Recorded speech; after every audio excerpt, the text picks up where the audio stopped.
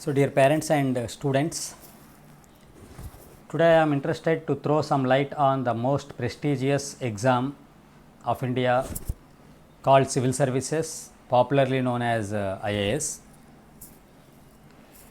So, most of the people think that this exam is the most difficult exam. Indeed, it is the most difficult exam. However, if you know the knack of attacking this exam, that's not that difficult. Approach matters most in this exam. Smartness plays a key role. Hard work definitely is required, but the hard work should be supported by smartness and guidance.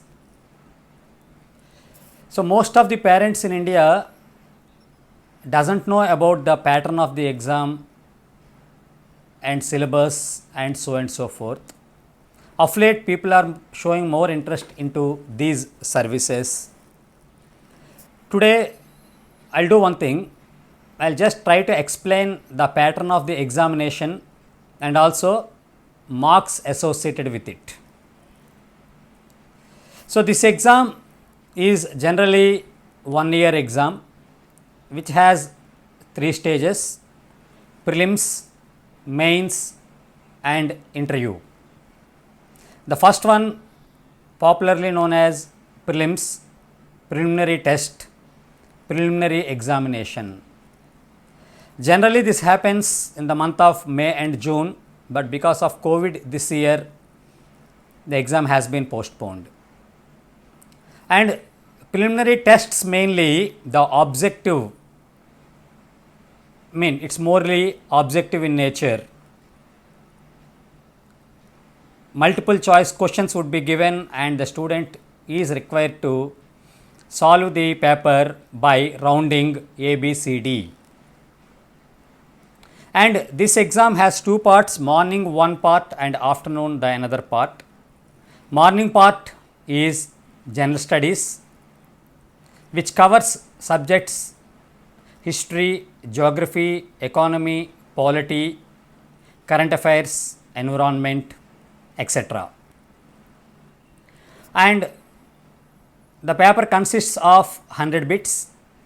Each bit carries 2 marks. Total paper for 200 marks. And there is negative marking. 1/3 is the negative marking. That is, if 3 bits goes wrong, so 1 bit will automatically gets wrong. That means 1 wrong counts 0.66 marks approximately. And paper 2 consists of CSAT, aptitude test we call, and here they give you 80 bits and each bit carries 2.5 marks, total marks 200. And this paper is only qualifying in nature, where you should get approximately 66 marks. That is sufficient to qualify this paper. But whereas paper 1, they will consider for mains, the marks you score in paper 1 they will consider for mains. Though the paper is for 200 marks, generally the cutoff mark is around 105 to 110, around sometimes 102. That means if you can score 51 bits to 52 bits correct, you are there to next level, that is called mains. Now people think that can't we get this 100 or 105? So it's achievable, but the problem, people go for more negatives. So this will discuss some further class how to approach to get that 105 marks or 110 marks, and reservation is followed here. For open candidate, BCs, SCs and STs and physically challenged. So the difference between open and BC is not much. Suppose last time the cutoff mark for OC 100, for BC it's around 99. For SC further 5 or 6 marks and further ST. So once the candidate is qualified for cross that barrier mark, cutoff mark we call, eligible for mains exam. So generally 10 lakh people will apply for this exam, 5 lakh people will write the exam, and out of 5 lakhs, generally every year for mains they are taking around 13,000 students. They follow ratio, as far I think 1:13 is the ratio. If the posts are 1000, they are going to select 13,000 candidates for mains. So these 13,000 candidates will write mains, and mains is completely descriptive in nature, question and answer form. In this you will have 9 papers. Excuse me. In this you will have 9 papers. 2 compulsory papers, one general English, the other one you can take any of the languages which are recognized in the constitution mostly. And these 2 papers are just qualifying, like Telugu, Tamil, Kannada, of course Hindi, Odia, and so on and so forth. And qualifying mark only, but be careful. If qualifying mark you can't get, automatically your mains papers are not evaluated and your marks are not known at all. You should little bit be careful, not be careless. So the other 5 papers are general studies papers. Each paper 250 marks. 5 papers 250 into 5, 1250 marks. And there is no choice. Earlier when we used to prepare, choice was there, but today choice is not there. And each paper 250 marks, in and around 10 marks to 12.5 marks questions, sometimes 15 marks questions they are giving. How many words you should write and how you should write, that we can see later. But 5 papers 250 into 5, 1250 marks general studies, and 500 marks 2 more papers of optional. Earlier there used to be 2 optionals, now only 1 optional. 500 marks, and optional you can select any optional irrespective of your graduation. You may be a medico, you may be an engineer, or you may be a graduate in humanities. You can opt any optional. People opt for science subjects, art subject like history, geography, polity, public administration, political science, anthro, and so and so, philosophy, irrespective of it.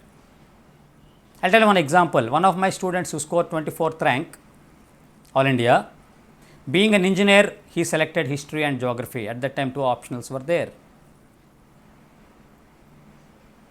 So it does not matter, irrespective of your academics, you can take any optional, but you should be very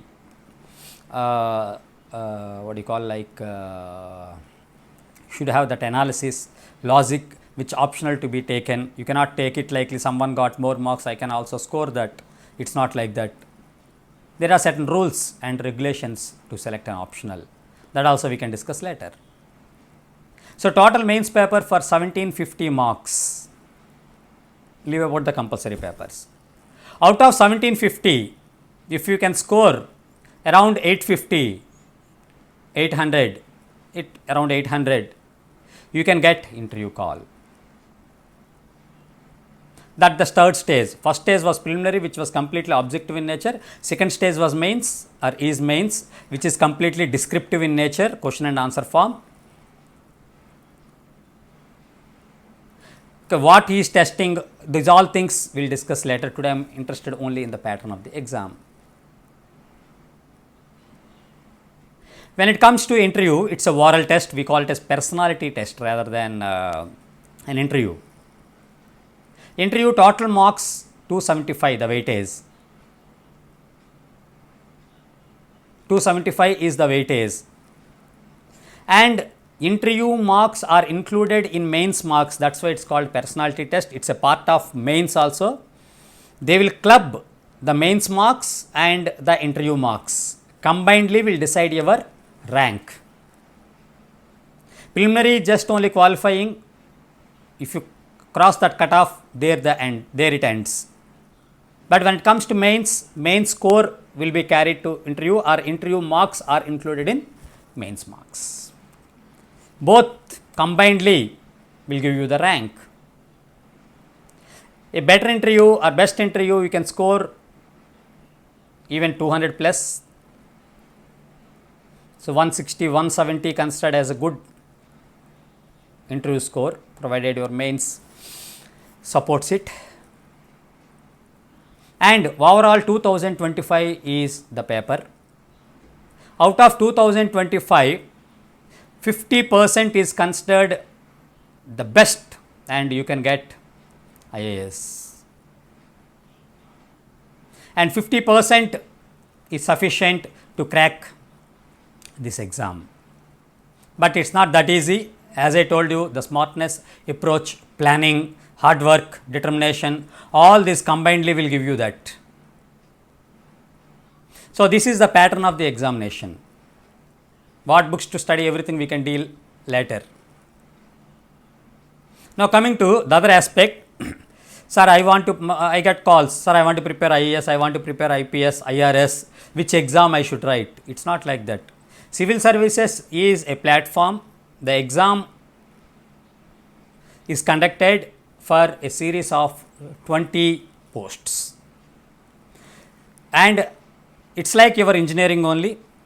Once you write engineering exam, they will give you options, either EEE or computer science or civil engineering or mechanical engineering.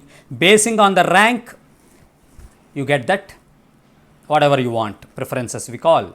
In the same way, you give preferences in this also. Suppose my preference IAS, second Indian Foreign Service, third one Indian Police Service IPS, fourth IRS Indian Revenue Service, fifth Customs. So like that I keep my preferences. If I get a better rank, I will get whatever the first preference, otherwise the second preference, otherwise the third preference, and it goes up to the last. So this is how the the posts are decided basing on the rank, and that's why always try to get the top rank, so that whatever you want, you can get it. And now the most crucial aspect, many parents are asking, sir, how many attempts, or students, how many attempts, how many years we should prepare for this exam? So it's not like years or attempts. A well organized preparation, first attempt is sufficient. I knew many people who cracked this exam in the very first attempt.